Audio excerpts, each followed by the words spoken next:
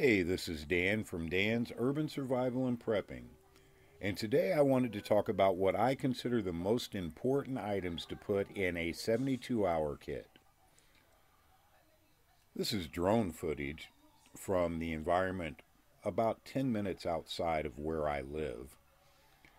And I'm showing it for the purpose of helping people understand why I believe that in my situation, bugging in is a much better idea than trying to bug out with my wife and my 4 children.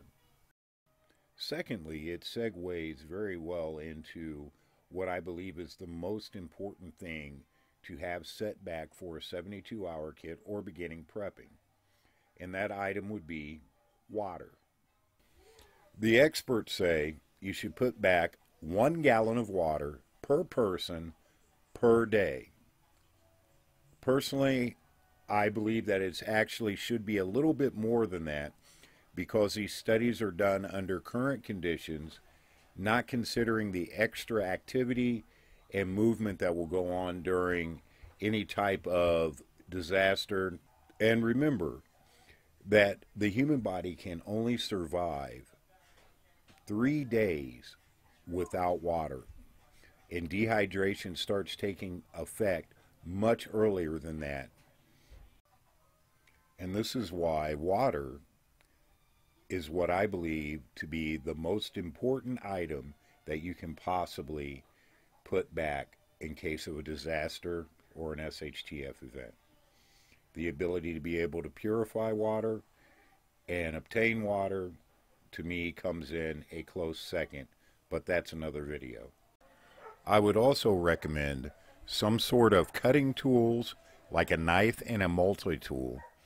They can be invaluable in any disaster situation, and I think that they definitely should be part of any 72-hour kit. Now, unlike other YouTubers, I'm not going to sit here and tell you that you have to buy the $300 folding knife and the $600 multi-tool. What you need is something that will work. Something that will get the job done if you need it. I was able to pick up all 4 of these at our local Walmart for under $15. And they will do the job. They're not the best by any means, but in an emergency situation, it's better to have something than nothing. Next, a method to be able to create a microclimate and control the temperature of your body. In other words, stay warm. And I prefer these tube tents than to the mylar blankets you can buy for about $1.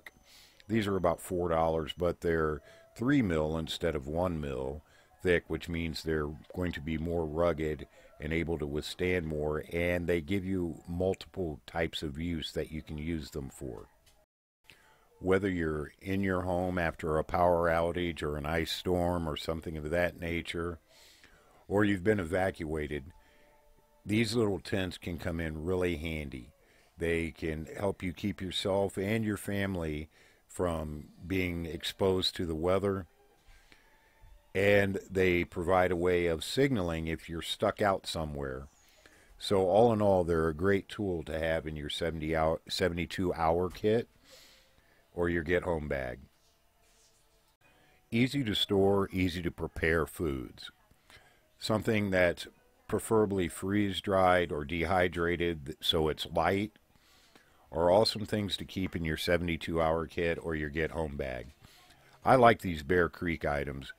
They're easy to make. You can make them with cold or hot water. They're inexpensive, and the best part about it is they actually taste good. And at least here you can buy them in the grocery store. Your environment, your area of the world, will determine at what level you need to store these things or have these things. Only you can determine what's really going to be necessary for you and your family in a disaster or emergency. As I've said before, I can give you guidelines, and I enjoy doing that. But you need to do some research on your own to decide what's going to work best for you. So until next time, this is Dan from Dan's Urban Survival and Prepping. Take care of each other. Please remember to hit that thumbs up and the subscribe button if you like this content. That way you'll know whenever I put out a new video. Take care.